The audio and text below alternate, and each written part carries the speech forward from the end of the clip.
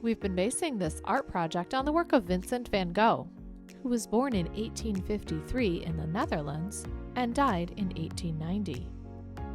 His most famous painting is called The Starry Night, painted in 1889. The Starry Night is a landscape painting, which is exactly what it sounds like. It's a painting of the land and everything that you'd see when you look at it from a distance. We can think of a landscape in sections. The foreground, things that are closest to us. The middle ground, things that are a medium distance away. The background, where things are farthest away. And the sky. Let's use this painting to help us develop our powers of observation, looking closely to notice details others might miss. Observe how Van Gogh uses contour line in the foreground, middle ground, background, and sky of this painting. You can pause the video while you look at the painting. Look at this painting called Olive Trees with Yellow Sky and Sun, painted in 1889. How do you see Van Gogh using contour lines in this painting? Look at the foreground, middle ground, background, and sky.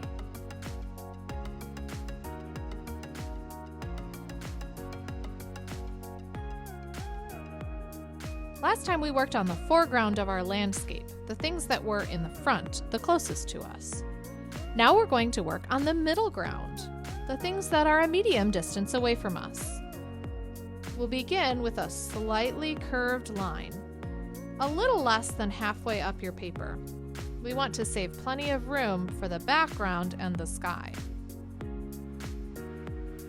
If your line gets interrupted by a shape, lift your pencil off the paper, continue moving in the same direction, and then continue your line when your shape is out of the way.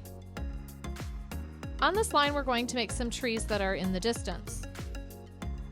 We can use the same strategy we used for the bushes, except to make our curves a little bit smaller.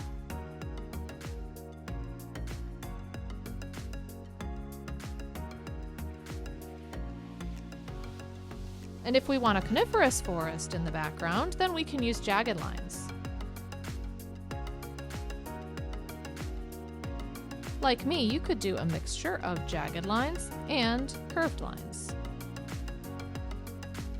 Now in this empty space, we can either make a lake by drawing an oval and leave it at that, or we could use shapes to make a building. Do you remember the town that Van Gogh put in his painting? You could make a simple house, or you could turn it into a church. The type of building is up to you, but if it crosses over your horizon line in your tree shapes, make sure you erase those shapes. I'm going to have an oval for a lake, a church, and I'll draw one house. Again, the types and numbers of buildings are up to you, but remember to keep it simple. Now, just like we did before, we are going to draw our concentric lines inside those spaces. Remember, if your line bumps up against another shape, it needs to stop.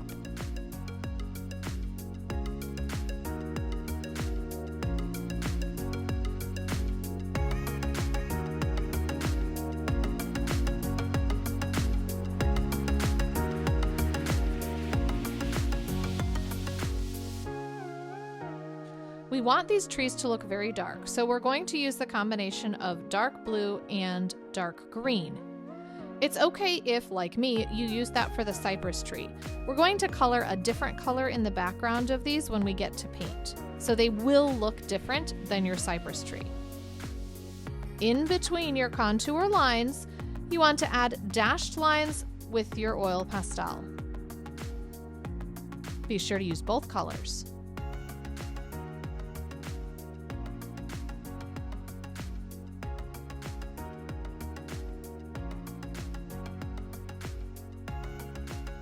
If your contour line curves, your dashed line should curve too.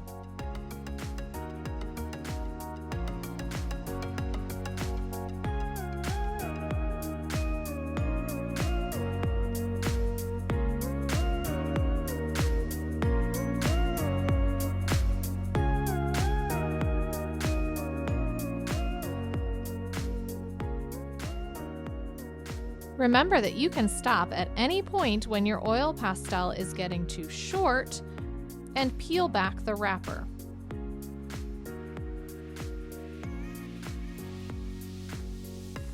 We'll move on to our objects that we drew in the middle ground.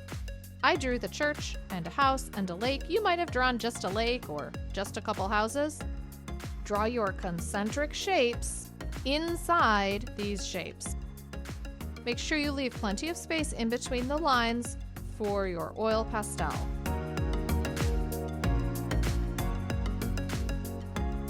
I'm going to use blue and white for my lake.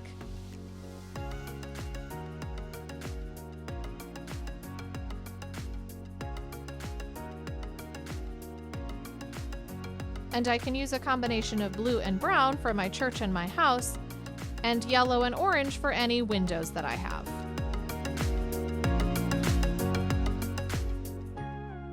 I want my roof to look slightly darker, so I'm going to do my brown and then I'll add black on top. With my middle ground objects complete, I need to add the contour lines for the grass. Draw from one edge of the paper all the way to the other. If your line gets interrupted by a shape, pick up your pencil and continue your line on the other side of the shape.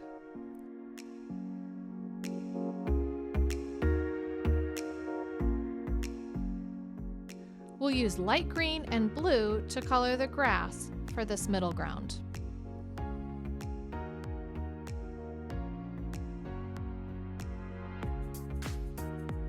If you notice you have a lot of white spaces in your grass, you can go back with your light green and fill some of them in. Again, make sure those lines are going in the same direction as your pencil lines.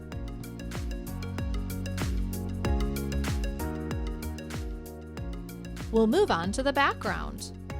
We're going to make some mountains. You can either make your mountains sharp and pointy, like the Rocky Mountains, or you can make them a little more curved on the top like the Appalachians. It's up to you.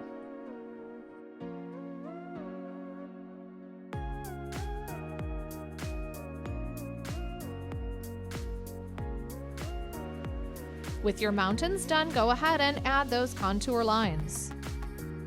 Be sure that your lines are going all the way to the edges of your paper. We're going to use blue and purple for our dashed lines.